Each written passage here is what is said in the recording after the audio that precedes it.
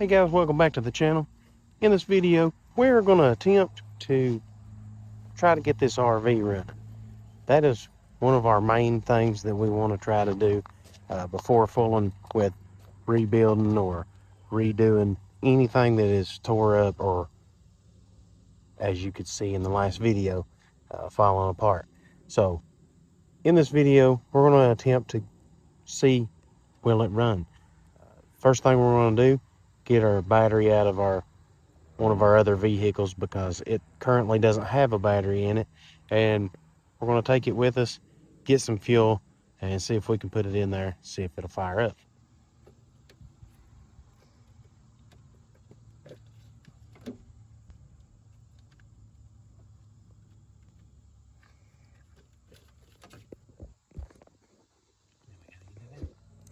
Now next we're going to need, you guessed it, fuel. So we need to find our fuel jug and get us some fuel. And for those of you who are just now tuning in to this RV project, it's a 87 Tiffin Allegro, and it's powered by a 454 big block engine. Not sure on the transmission, don't really know. Only thing that I do know is this camper has set for approximately 10 to 12 years. That being said, will it run? We don't know. We're going to attempt to find out. Stay tuned. Now, if there's one thing that you need to know about me, I forget things. Any guesses on what I forgot today?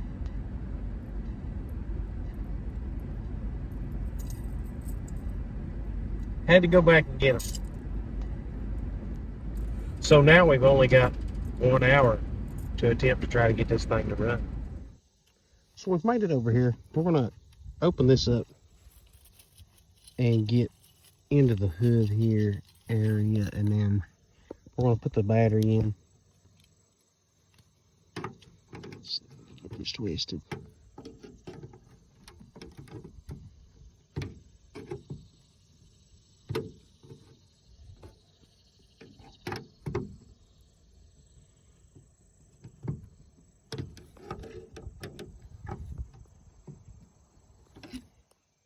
Once you've out with that for a few minutes, or here's where your battery's going to go. Now you can either go in the side way or straight in here.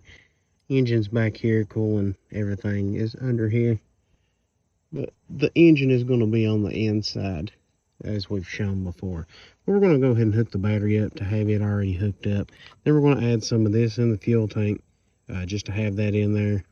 But hopefully it'll clean out what old gas is in it.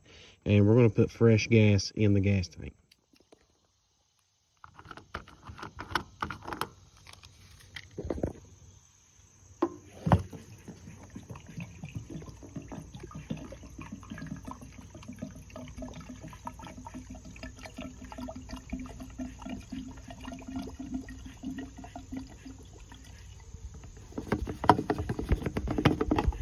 Now let's get some fresh fuel. Now my mom and dad had this. It's got a fuel nozzle for it. I'm not really sure how to use it, but I'm going to attempt to use it. It holds 14 gallons.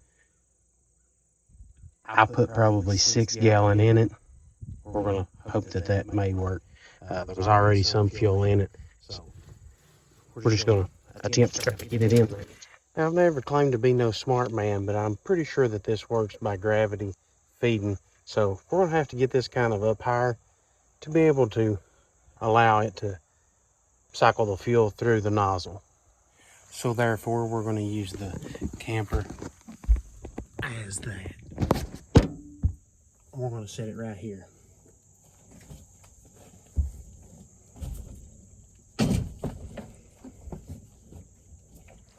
So if you don't have a seal on that bottom part, it does start to leak a little bit.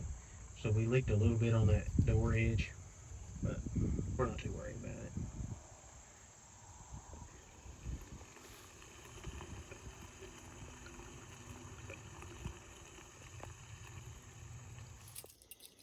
Now this first attempt is probably going to take quite a while for the fuel to actually get built up. So Just bear with me. I'll put the key in there, see which one fits it. That one fits it, but it don't work. Let's see here. That's gotta be it.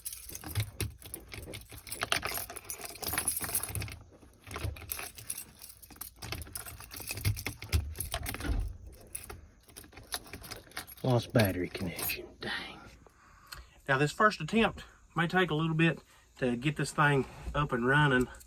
Hopefully it runs on its own. But we're gonna pull this off, check the oil, make sure the oil's in it. Because we don't want to run it low. Transmission, where's the oil dipstick?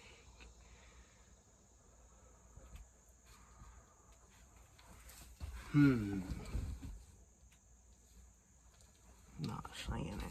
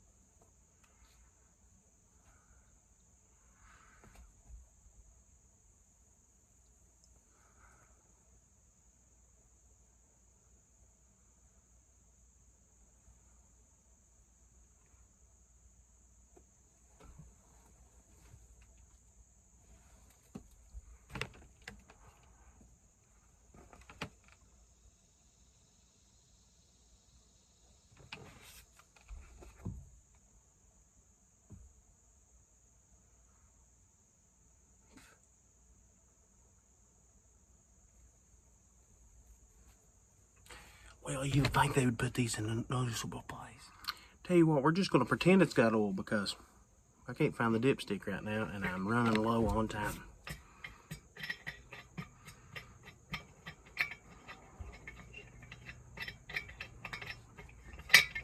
I'm going to take the lid off of the carburetor, set it to the side. The choke is on. Pour just a little bit of fuel in there just to see.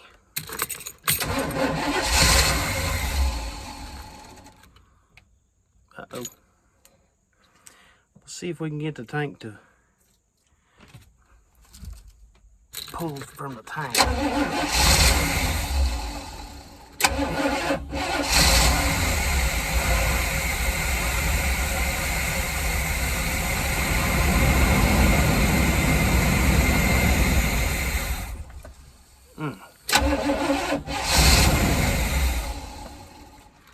Let's see what we got here.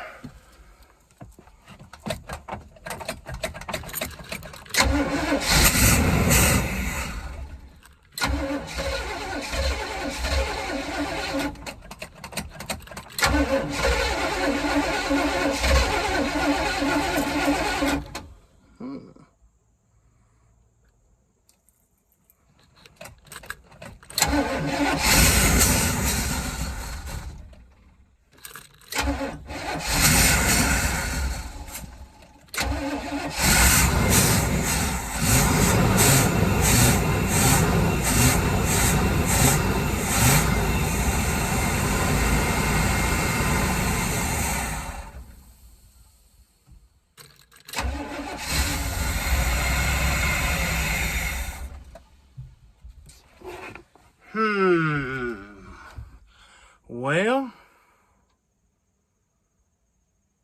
she is firing, but doesn't seem to be pulling from the fuel tank. Let's try a little more.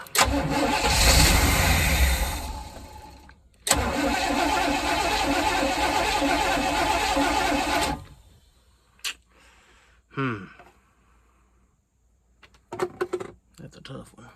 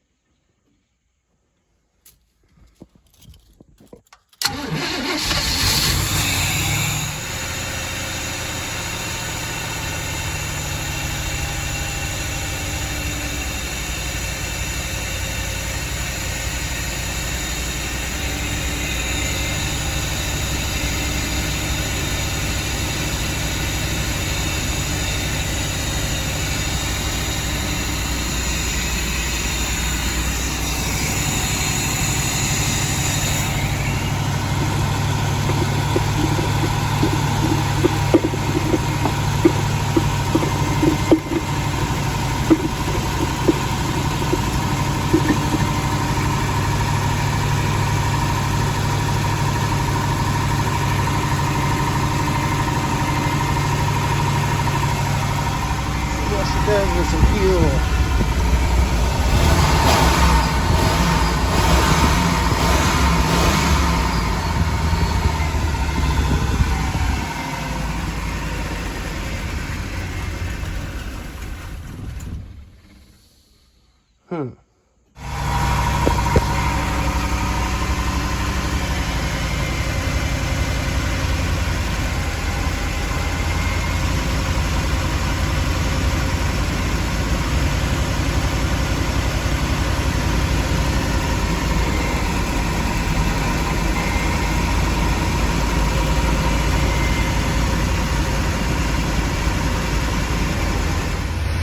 While it's running for just a few minutes, we're going to run back here. We're going to check this stuff out. Battery one, apparently it's got 2 batteries, but I'm not real sure where the second battery is. Some of the lights will more than likely be replaced, but right now we're just checking them out and seeing what's up. Cool. Anyways, let's get this turned off before it opens. Now we run that engine for probably 5 minutes, I guess, just enough to see how it would stay running. Run great, no misses hardly at all, but we actually need to check the cooling before we go much further with that. That being said, my time's almost up with this video. We did get it running and got it running on its own also, so checked out some of these lights. Let's see what else works off of that first battery. I'm not real sure how to check these air conditions, but I'm sure that it's probably going to run off from that other battery. I've got tarps in here. I wonder if this light works here.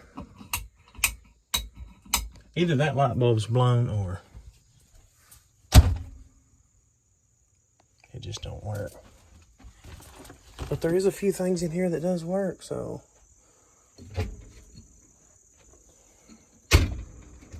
that's pretty cool. Now, just for craps and giggles, let's do it with this cover on it to see how quiet it is in here.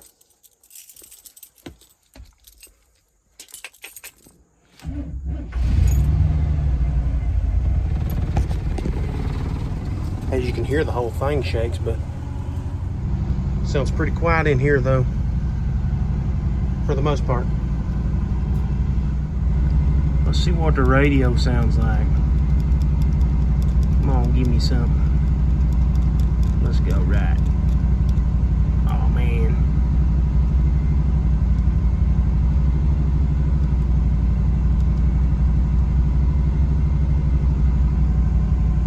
Let me turn this job up. Oh heck yeah! Now I don't want to play too much of that and get copyrighted, so I cut it off.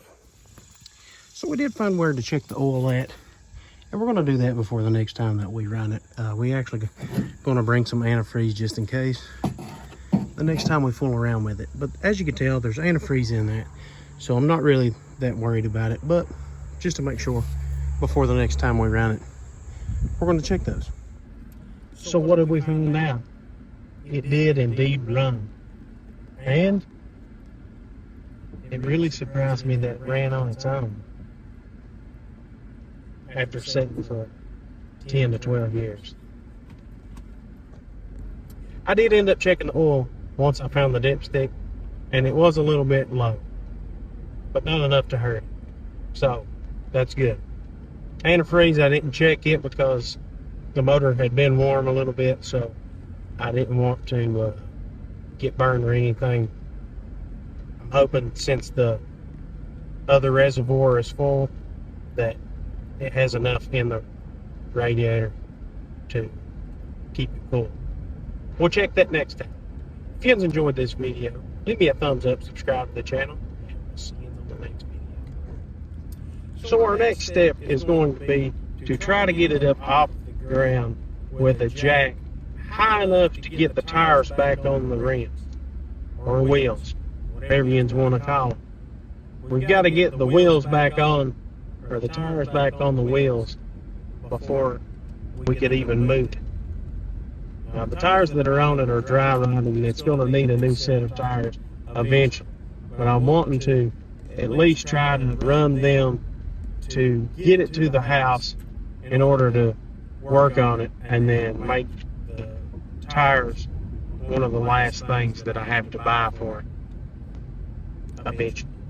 Now, we did find a set of tires that was cheaper. I've said before in the last video that the tires were $1,500. I did find a conversion over to a different size tire. It's actually the same tire, but it's not in the metric form of the tire. So 225, 75, 19.5, I think is what it was. But anyways, 7 of those tires will be a little over $900, and that's going to be replacing all 6 tires on it and then having a spare tire to put on the back.